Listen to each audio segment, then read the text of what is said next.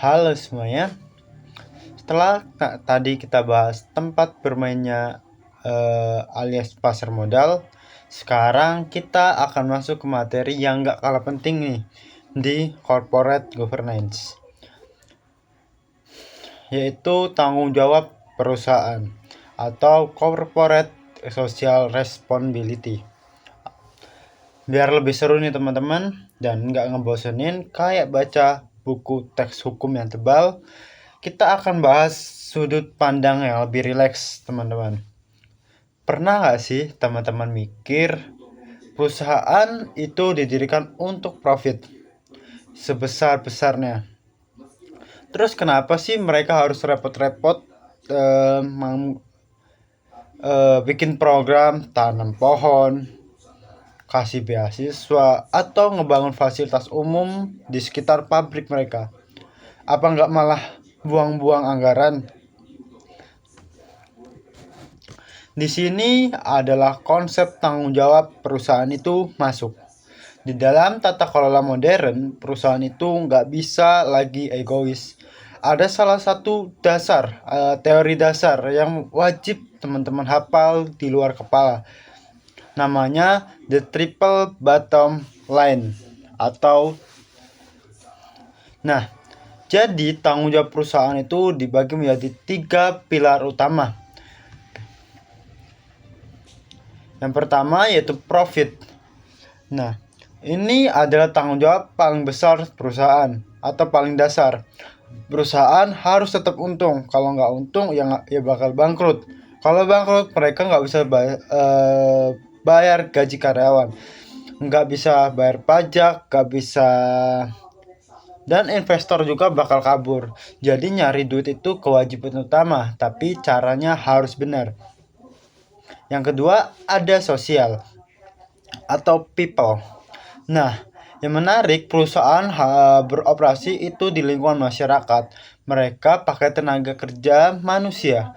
Jadi mereka punya tanggung jawab nih. Tanggung jawab sosial kepada para stakeholder atau pemangku kepentingan. Untuk internalnya sendiri, perusahaan ini harus adil sama karyawan. Gaji harus layak, jam kerja harus manusiawi, dan keselamatan kerja harus terjamin.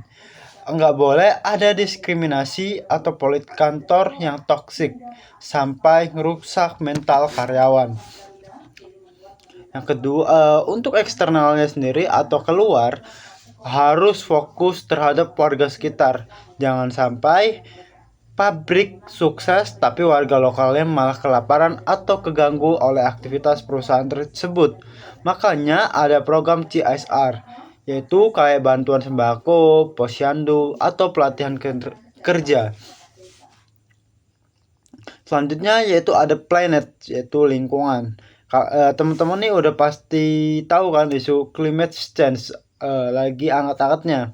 Perusahaan yang terutama bergerak di bidang manufaktur, tambang atau energi pasti menghasilkan limbah atau polusi. Tanggung jawab terhadap planet artinya perusahaan wajib menjaga kelestarian bumi.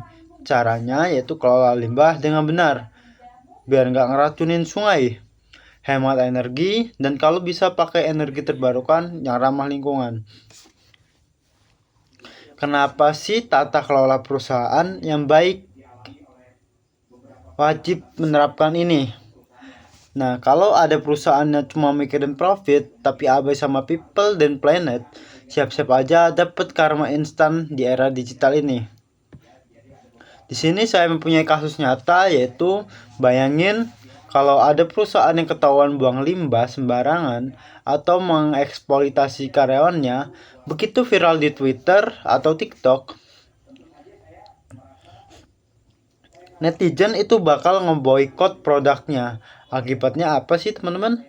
Saham mereka di bursa bakal anjlok, investor bakal kabur, ujungnya perusahaan itu rugi total.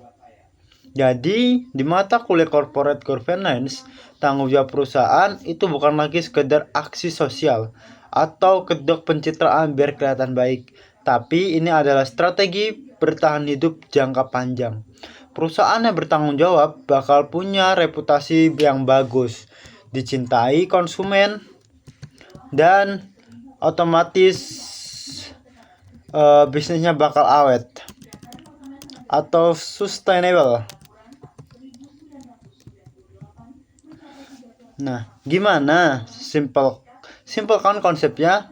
Intinya jadi perusahaan itu nggak cuma kudu pintar nyari duit, tapi juga kudu punya hati buat manusia dan bumi. Sampai ketemu di pembahasan berikutnya. Saya Dika Andrian pamit undur diri.